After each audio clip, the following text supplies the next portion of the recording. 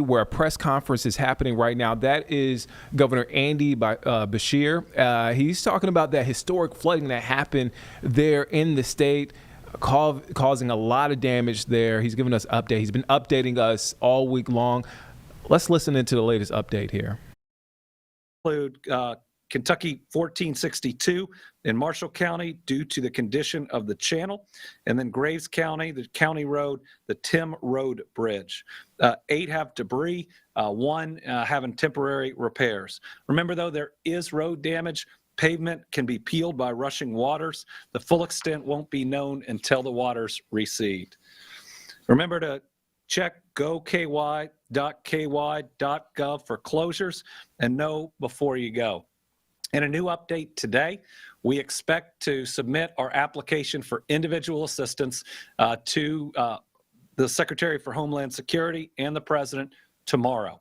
Now, we are likely to start with 10 to 12 counties. And I know you saw the map. 70 counties have declared states of emergency or more. The reason we're doing this is we want to make our best case to get that first round in, and then we will add counties after that.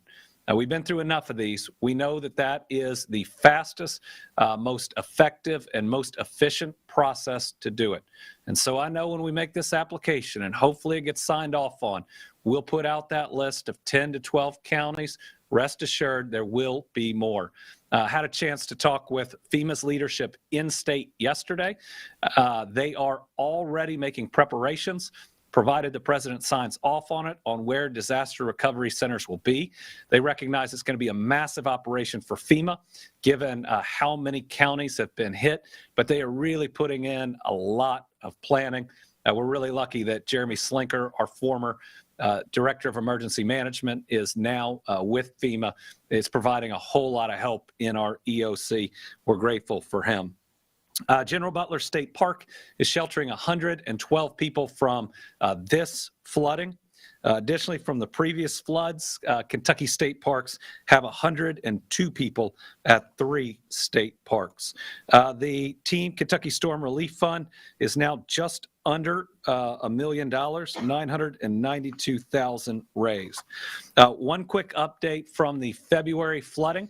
Now, I said that I thought that things were going better with FEMA and individual assistance this time around. I think the numbers bear it out. Thus far, over $32.7 million have been sent out from FEMA to families that have applied for individual assistance. That's a good number, and we expect it to continue to grow. All right, moving on to how we normally start the Team Kentucky update, which is good news. The good news is that our economy continues to grow. Even with all of the concerns and pressures coming from our own federal government, we continue to announce new jobs. And while our federal government talks about manufacturing not being in the United States, we continue to announce manufacturer after manufacturer after manufacturer either coming to or expanding in Kentucky. And what I love is we're talking about the manufacturing of the future, making sure that the facilities we're opening are going to be here 10, 20, 30 years from now, providing good jobs for our people. And so all these we talk about are what I would call advanced manufacturing that are truly going to help us lead this country in making what we need in Kentucky and paying wages where people can support their families. Since I became governor, we've now announced more than 1,100 private sector new location or expansion projects for a record $35 billion in announced investments, a record 60,500 new jobs, and a record 3-year average incentivized wage of over $26 an hour.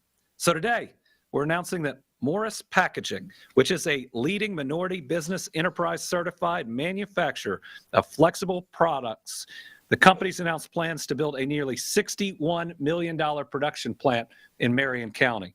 The best part, this project's going to create a whopping 276 new jobs for Kentucky families in that community.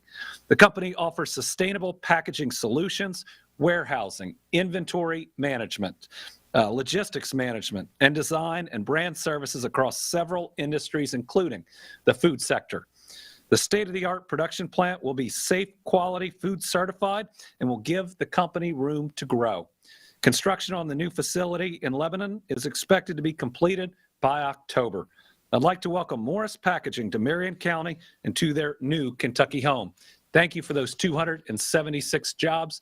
We're going to make sure that you're successful so that you expand and we add even more jobs, more families to that number.